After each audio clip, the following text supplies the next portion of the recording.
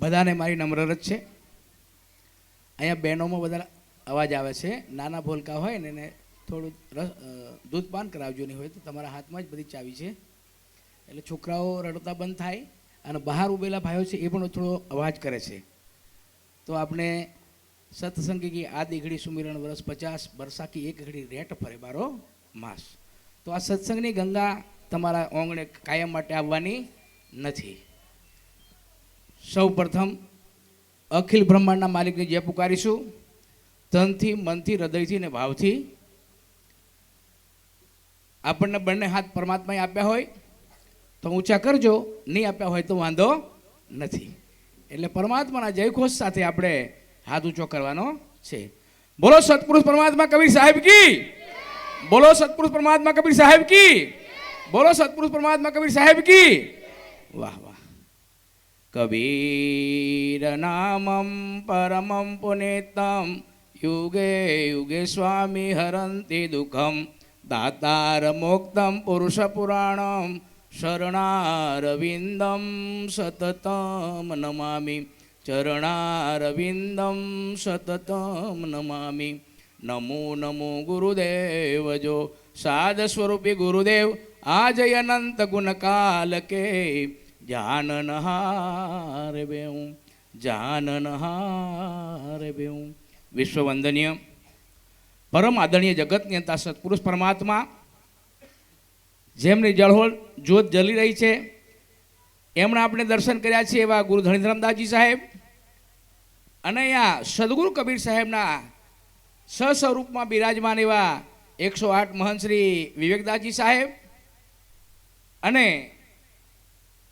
ગામ અગારાથી તિલકદાસજી સાહેબ અને પીપળીથી સ્નેહીદાસ સાહેબ, અન્ય સંતો, ભક્તો, ભક્તિ માતાઓ અને બહેનો, આપના ચરણમાં તમારા શરીરમાં રહેલી જે દિવ્ય ચેતના છે એમને મારા સાહેબંદગી, સાહેબંદગી, સાહેબંદગી.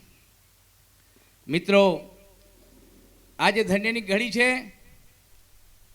આપણા ઘરે આ સાક્ષાત ગુરુદેવ બિરાજમાન છે. આજે આ ઘર આજુ પાવન થઈ ગયું છે.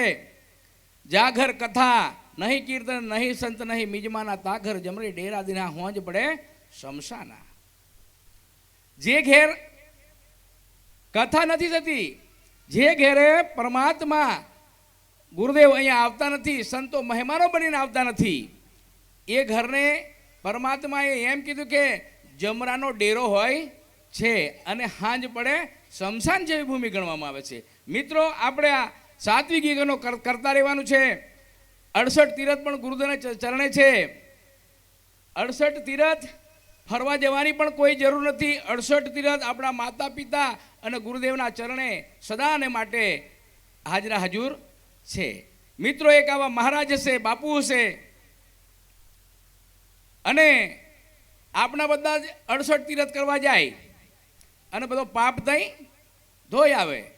એટલે એ પાપ ધોતો ધોતો 68 તીરથ સાહેબ કાળા બની ગયા, કાળા બની ગયા. અને એમને ગાયોને એમ વિચાર્યું કે આપણી પાસે બધા 68 તીરથનું આપણું દર્શન કરવા આવે છે, આપણે એમના પાપ લીલીને આપણે કાળા થઈ ગયા, તો આપણે બી આપણું કંઈક ને કંઈક પુણ્ય તો કમાવવું પડશે ને. તો બી મિત્રો, આ 68 તીર્થે ગાયોનું સ્વરૂપ ધારણ કર્યું અને 68 તીર્થનું ગાયનું સ્વરૂપ ધારણ કરી અને આવા સામ્રાત પુરુષ મહાપુરુષના ચરણે ગયા. અને આમથી એક ગાય આવે અને અહીંથી દર્શન કરીને પાછી આમ જાય, એટલે અહીંથી ગુરુદેવના ચરણારવિંદની અંદર પડી અને જાય એટલે પાછી સફેદ થઈ જાય. ફરી એમ એક પછી એક દર્શન કરવા આવ્યા અને દર્શન કરી અને બધી ગાયો અહીંથી સફેદ થઈ થઈને જવા માંડી. અને ફરી એક ગાય બાકી હતી અને મહાત્માજીએ પૂછ્યું કે ગાય માતા, તમે કોણ છો? કે તો કે અમે આ 68 તીરથ છીએ. 68 તીરથ અમે તમારા ચરણે પાવન બનવા માટે અમે આવેલા અને અહીંયાથી તમારા દર્શન કર્યા. એટલે કાળી ગાયો હતી ને આમ કઈ બધી ધોળી થઈ ગઈ. એટલે સાક્ષાત સ્વરૂપ અહીંયા ગુરુદેવ છે. ગુરુપદ પંકજ પૂજતા 14 લોક પૂજાય, શિવ વિરંચી શારદા ગરુ તણા જસ ગાય. ગુરુ પદને પૂજવાથી 14 લોક, એટલે 14 લોક કયા તો કે અહીંયાથી જ આ પૃથ્વી ઉપર આપણે બેઠા છીએ, અહીંયાથી 7 નીચે છે અને અહીંયાથી 7 ઉપર છે, એમ કરી 14 લોક પૂજાય છે. ગુરુના ચરણે બધું જ મળે, પણ કેવું અમુક ટાઈમે એવું છે, ગુરુ લોભી શીશ લાલજી દોનું ખેલે દાવ, અને ડૂબી મરે મજધારે ક્યાં કરે પથરાની નાવ. ગુરુ લોભી હોય, શિષ્ય લાલજી હોય તો બધું ભૂલે પડાય, પણ જ્યાં સુધી ગુરુને પણ આપણે ઓળખવા પડે.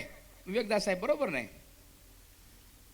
એટલે આપણા ઉપર પરમપિતા પરમાત્માની જે દયાદૃષ્ટિ છે એ સદાને માટે વરસે છે, પણ આપણે પરમાત્માને ભૂલી જઈએ છીએ. પરમાત્મા તો આપણે અવિરત આપણી આ ચેતનાને ચલાવ્યા જ કરે છે. જો ચેતના બંધ થઈ જાય શું થાય? જતું રહેવું પડે ને. એમ આપણે બી પરમાત્માના હમણાં સંધ્યા પાઠના પહેલા શબ્દોમાં કીધું કે લગન કઠિન મેરે ભાઈ, લગન કઠિન મેરે ભાઈ, લગન લગે બીનું કાજ ન સરહે, જીવ જમરા લે જાય. લગન એટલે આપણે એક જાતનું જે સ્ત્રી પુરુષનું જે લગ્ન કરવામાં આવે છે અને લગ્ન ગ્રંથિથી જે જોડાય છે, એવી લગ્ન ગ્રંથિથી પરમાત્મા સાથે પણ આપણે લગ્ન ગ્રંથિ આપણે જોડવાની છે. તો જ પરમાત્મા આપણે શ્વાસે શ્વાસે આપણને યાદ કરીએ અને આપણે પરમાત્માની કૃપા આપણા પર વરસે. મિત્રો, આ લગ 84 પાય કે પોપર અટકા ખાય, અબકી પાસા ના પડે, ફીર 84 જાય. આપણે 84 લાખ અવતાર ધારણ કરીને આ મૂર્તિલોકની અંદર કોઈ આગલા જન્મના પુણ્યને આધારે આપણને મનુષ્ય તન મળ્યું છે. આ મનુષ્ય તન એટલું બધું મહામોલું છે સાહેબ કે દેવતોથી પર દુર્લભ છે. અરે મોગો મનુષ્ય જન્મ જોને આવ્યો રે, અરે આ તો દેવતાથી દુર્લભ થાય, જન્મ જોને આવ્યો રે. આ મનુષ્ય તન એટલું દેવતાઓથી દુર્લભ. તમારા જ ગામની અંદર કદાચ દેવ હશે છે ને, કોઈ દેવ આપણને લે મારા માટે બધી અહીં વ્યવસ્થા કરી રાખી છે, મને આવીને તમે પૂજી દો એમ કોઈ કહે છે? મનુષ્ય જ બધું ગોઠવે છે, મનુષ્ય જ બધું લાવે છે અને મનુષ્ય જ બધું કરે છે અને એને પૂજે પણ છે. એટલે દેવતાઓથી પણ આ પૂજવાનું કાર્ય થઈ શકતું નથી. આપણે જ બધું સામાન લાવીને પૂજીએ છીએ. એટલે આ એને મોટો મહાન જીવાત્માનું શરીર, મનુષ્યનું શરીર ગણવામાં આવ્યું છે. મિત્રો, વાત ઘણી પણ કરવાની, ટાઈમ ઓછો પણ છે. મિત્રો, આ ગુરુપદ સદાને માટે પૂજાય. આપણે એવી ભક્તિ કરવાની છે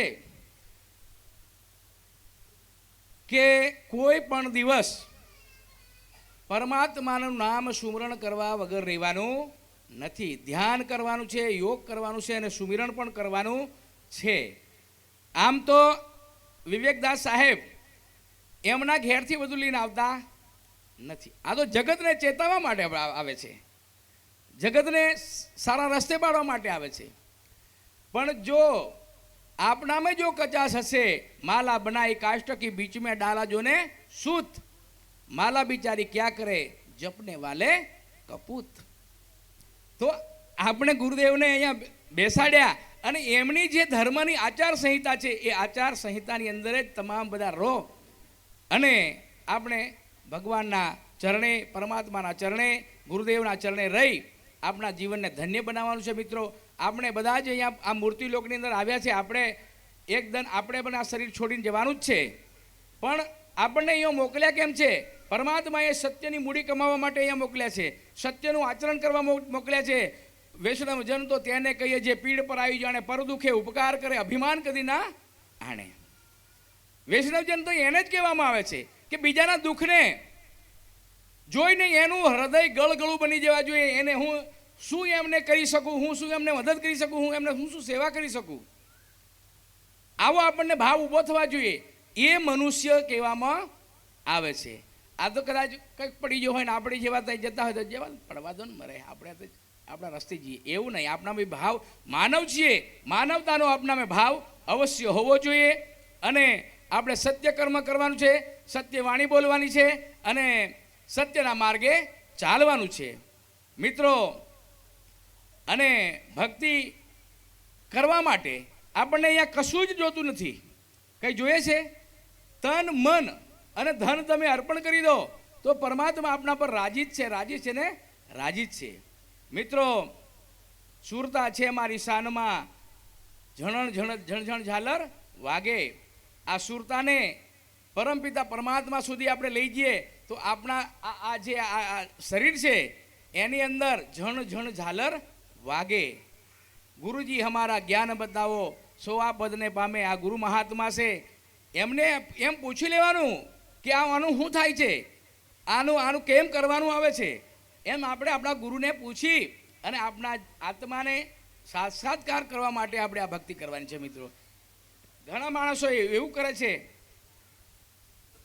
કે આરતી કરી જાય બાવા, પછી પાછા બીજે તને હુતા તો ના, તો એવું નહીં કરવાનું કોઈ દાડો. હા, ઓ ભગવાન દાસ સાહેબ છો કેમ? અહીંયા આવતા રહો. મિત્રો,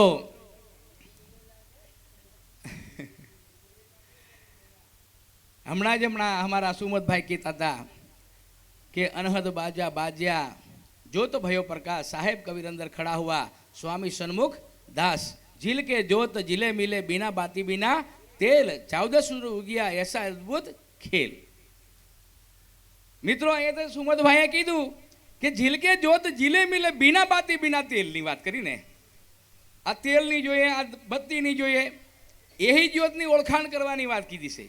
આ તો આપણે તેલ રોટીને બત્તી બનાવીને પેલું પણ વધારે પણ સોંપીએ ને કીધું ને, પણ એ જ્યોત આપણા અંદર બિરાજમાન છે. આ શરીરની અંદર, એ શરીરની અંદર આ જ્યોત બિરાજમાન છે. એટલે એ જ્યોતને જોવાની. આ જે આ પ્રકૃતિ જે બનાવી છે એ બરાબર છે, પણ આ સમજવા ખાતર છે. સમજી વિચારી અને આપણી અનહદ નાદની જ્યોત છે આપણા શરીરની અંદર, એને ઓળખવાની વાત કરી છે. અને આપણે હવે પૂજ્યપાદ ગુરુદેવ બેઠા છે, એ પણ વાત કહેવાના છે. અમારા ભગવાન દાસ પણ જબરી વાતો કહેવાના છે. અને તમારે ગોમે જ નહીં વેલા હો, તમે અમારે શું કરવાનું કહો? તો પૂજ્યપાદ ગુરુદેવ પણ તમને આશીર્વચન આપશે. અને તેમ છતાં હું પણ કહી દઉં કે આ પરિવારની અંદર સદાને માટે સુખ અને શાંતિ પરમપિતા પરમાત્મા વરસાવે.